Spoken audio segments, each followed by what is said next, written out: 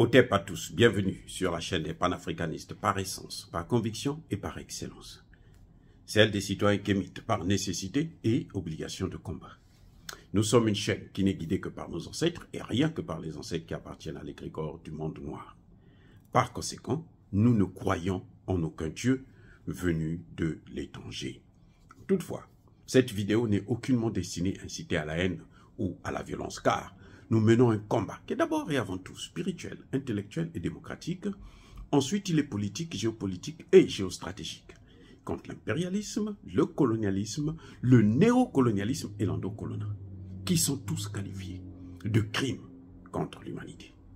Nous menons ce combat sur la base du principe fondamental que nous avons hérité de nos ancêtres kémites, qui est celui de la Mahat, c'est-à-dire solidarité, vérité et justice. Vous êtes donc condamnés à connaître la vérité et nous avons l'obligation de vous dire la vérité, rien que la vérité, afin que justice soit rendue au continent africain. Ça, c'est notre modeste contribution dans cette noble lutte en faveur de la souveraineté, la dignité, la solidarité et l'unité africaine. C'est exactement ça que nous appelons le panafricanisme. Bien-aimés frères et sœurs,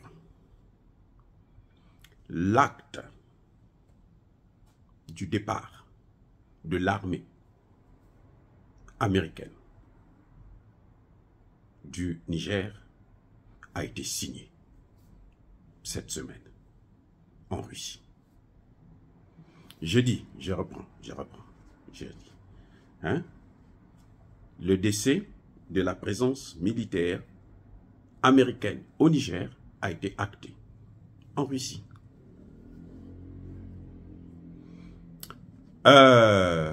Bon, bien entendu, il y a des gens qui vont dire, mais qu'est-ce que tu veux dire par là, alors qu'on n'a pas...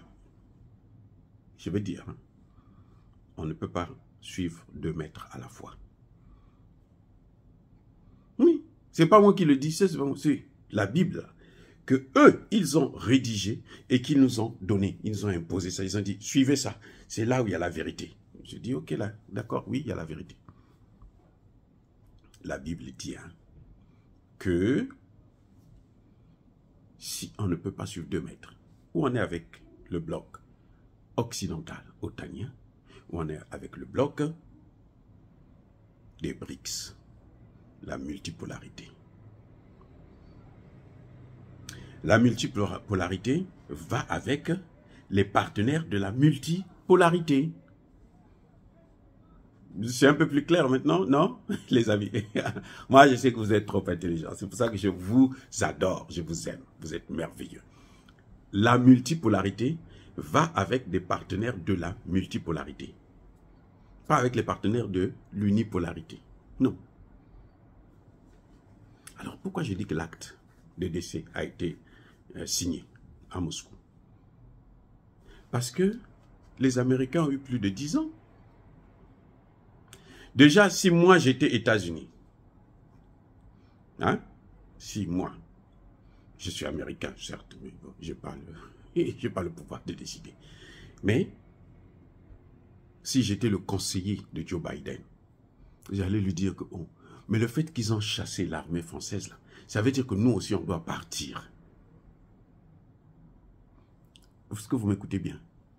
Le fait que l'armée française est partie, donc, nous aussi, on doit partir parce que nous appartenons au même camp, au même clan. De ceux qui ont amené le terrorisme, qui ont transféré le terrorisme sur le sol nigérien. C'est ça le problème qu'ils sont en train de payer. Ce sont les conséquences, les gars. Ce sont eux qui ont détruit la Libye et de là, ils ont amené eux. Et ce qui est encore plus intelligent, c'est que, eh bien, le président Issoufou, il est encore vivant, il est là au Niger. Il avait dit à Barack Obama, il est encore vivant ici aux États-Unis. Il a dit, mais Miss President, don't do that. Don't destroy Libya. Don't destabilize Libya.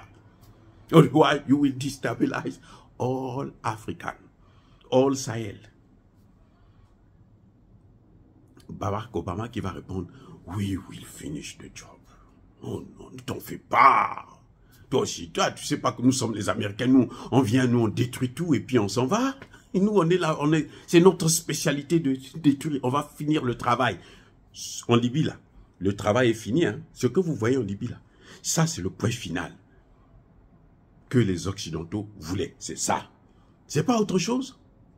Quand même, depuis 2011 jusqu'à aujourd'hui, vous avez ça là. Mais ça veut dire que c'est ça leur point final. Non? Bon, je sais pas. Moi, c'est comme ça que je vois ça. Le président, là, Barack Obama, il parle en tant que président des États-Unis. Le 44e président des États-Unis. Il dit, on va terminer le travail. Monsieur Issoufou, tu peux aller dormir tranquille comme un gros bébé, ne t'en fais pas. Oh là là. Mais moi, je suis noir comme toi, tu vas voir comment je vais terminer le travail. Il a terminé le travail. C'est ce que vous voyez là. Ce que vous voyez là. La Libye qui est dominée, qui est le chaos total. Les matières premières, le pétrole, c'est eux qui contrôlent, qui pillent. C'est ça la terminaison, la fin du travail. Et c'est ce qu'il voulait faire aussi au Niger. Ce que Bazoum n'a pas compris. Alors que c'est Bazoum lui-même qui nous a révélé le texte, la discussion, l'échange entre Barack Obama et le président Issoufou. C'est Mohamed Bazoum qui a révélé ça. Vous savez comment les chats sont terribles. Oui. Et voilà le problème. Donc, quand les Français partent, si les Américains étaient un peu intelligents, s'ils étaient sérieux, s'ils respectaient ne serait-ce que leur constitution, parce que leur constitution dit que dans un pays où il y a eu coup d'État, dirigé par les militaires, on stoppe la coopération économique et militaire. Ils ont stoppé la coopération économique, ils continuent avec la coopération militaire. Vous ne voyez pas que ce n'est pas des gens sérieux, quand même. Quel est le sérieux qu'on peut accorder à des gens comme ça? Vous-même, soyons sérieux. Mais les gars, ils ne sont pas sérieux. Ils ne sont pas sérieux. Regardez. Ils ne sont pas sérieux. S'ils étaient sérieux, ils ne pouvaient pas faire ça. Donc, les Américains violent leur propre constitution. Alors, s'ils violent leur constitution, vous croyez que c'est quelle constitution qui va rester? Celle du Niger? Attendez. Ils violent leur constitution, vous croyez que c'est celle du Niger qu'ils vont respecter? Donc, déjà là, ça montrait bien que les Américains ont eu l'opportunité. Mais vous savez, il y a des gens qui, tant que vous ne les humiliez pas là, ils ne peuvent pas comprendre que ce qu'ils sont en train de faire, c'est mauvais. Ils ne peuvent pas comprendre. Ils ne peuvent pas comprendre. Ils préfèrent que vous les humiliez. Et ils pensent que les Africains d'aujourd'hui, là, ce sont les Africains d'hier qui avaient peur de leur dire la vérité en face pour dire non, ça suffit. Nous, on ne veut plus que vous puissiez nous torturer, nous piller nos matières premières, nous déstabiliser nos pays. C'est fini. Il y a des chefs d'État qui leur disent maintenant, votre contrôle, allez-y faire ça chez vous-même. Allez-y contrôler les 60 millions de pauvres et les 20 millions de sans-abri. Je parle en millions, je parle pas en milliers. Millions. 6 0 0 0 0 0 0 0. Vous voyez? Donc, quand je dis que l'acte de décès là, a été signé à Moscou, c'est parce que, vous voyez, le Niger va signer des accords militaires avec la Russie. Quand il signe des accords militaires avec la Russie, ça veut dire qu'il est en train de dire que les accords militaires là n'ont pas marché, jusqu'à preuve de contraire. On n'a même pas besoin de vous le prouver, puisque les résultats sont là. Il y a toujours le terrorisme. Ils sont là. Hein. Ils ont une grande base de drones. Ils disent que, oh non, on a dépensé beaucoup d'argent quand même. Ils ont dépensé combien de milliards? Ils ont dépensé ce qu'ils ont dépensé en Ukraine? Non, c'est pas vrai.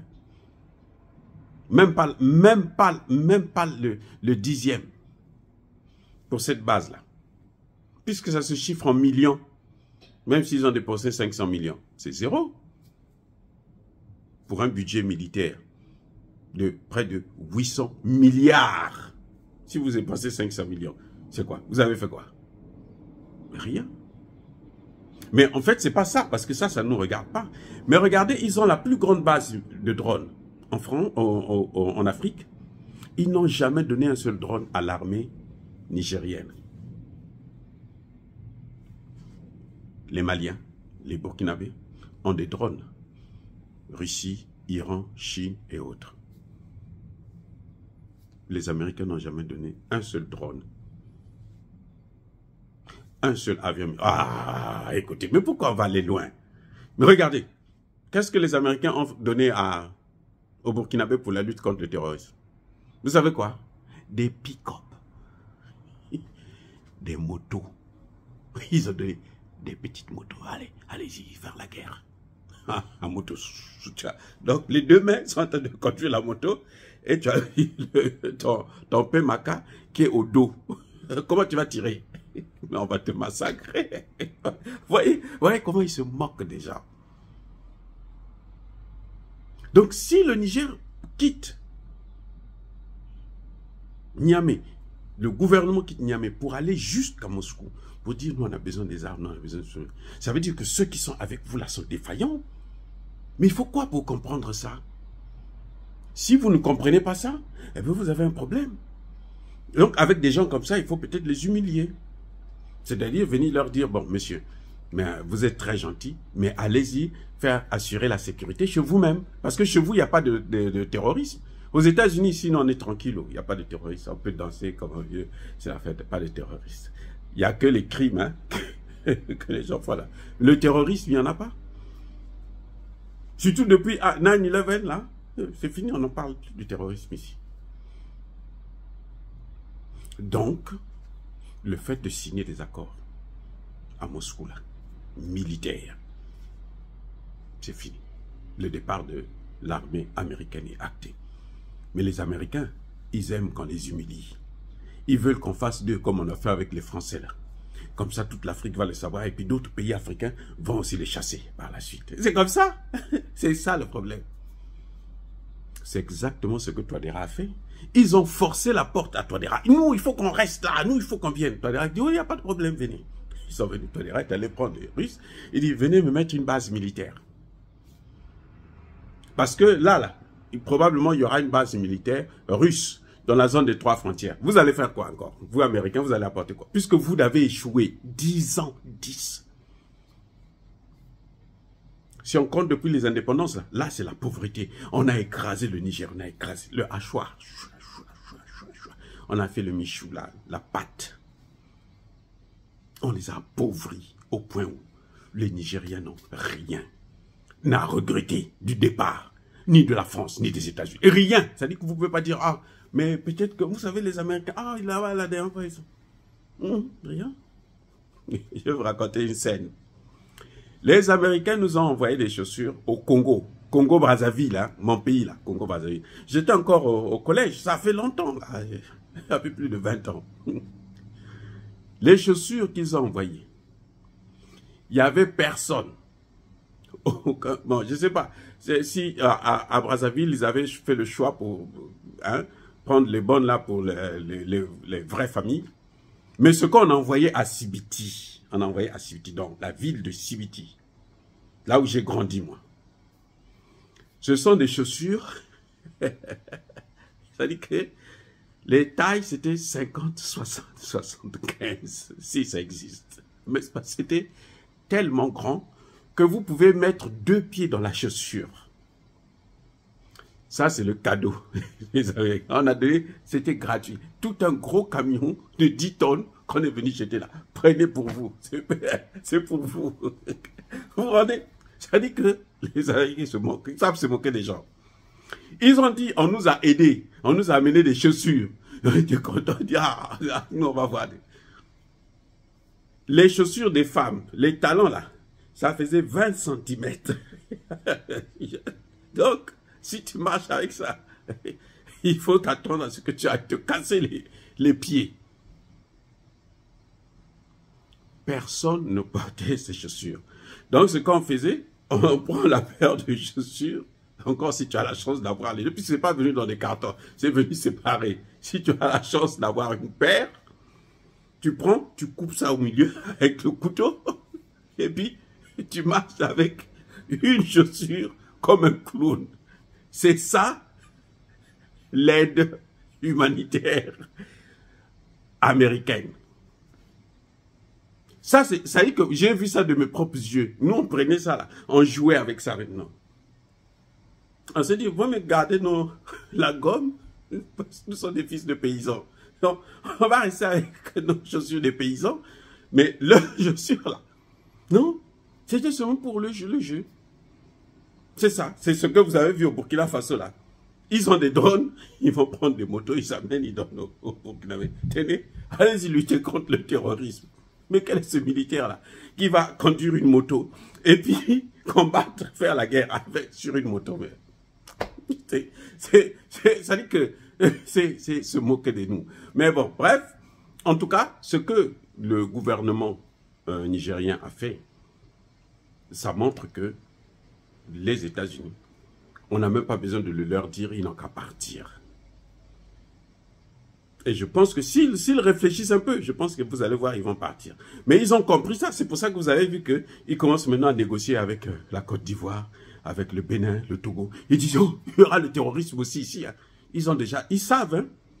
Parce que eux, dans le ciel, là, avec les satellites et autres, les satellites ont déjà vu que les terroristes ont déjà planifié, je ne sais pas. Bon, comme ils viennent ça a été créé en Arabie Saoudite, Qatar et autres, donc ils ont déjà vu que non, il y a déjà des groupes qui se sont formés là, qui sont en train de venir. Cette fois-ci, ils vont aller au Bénin, Togo, Côte d'Ivoire, peut-être même Sénégal, Ghana. C'est pour ça qu'ils disent, bon, nous on va mettre des drones ici là déjà, pour voir, quand ils vont venir, nous on va les attaquer, ils vont jamais les attaquer. Oh, bref, bien aimés frères et sœurs, encore une fois de plus, soyez bénis, abondamment bénis par le Dieu de Kémit et par nos ancêtres angélisés. Je salue encore une fois de plus ce gouvernement nigérien qui a eu le courage hein, de faire ce déplacement qui est un grand signe de rejet de la politique occidentale en Afrique. Soyez bénis, abondamment bénis par le Dieu de Kémit et par nos ancêtres angélisés. Mais que tous ceux qui persécutent le continent africain le pillent et le déstabilisent, qu'ils soient noirs, blancs, chinois, arabes, juifs, indiens, qui qu'ils soient punis, maudits, foudroyés, neutralisés, écrasés, effacés par le Dieu de Kémit et par nos ancêtres angélisés. Vive l'Afrique éternelle, j'ai dit et j'assume.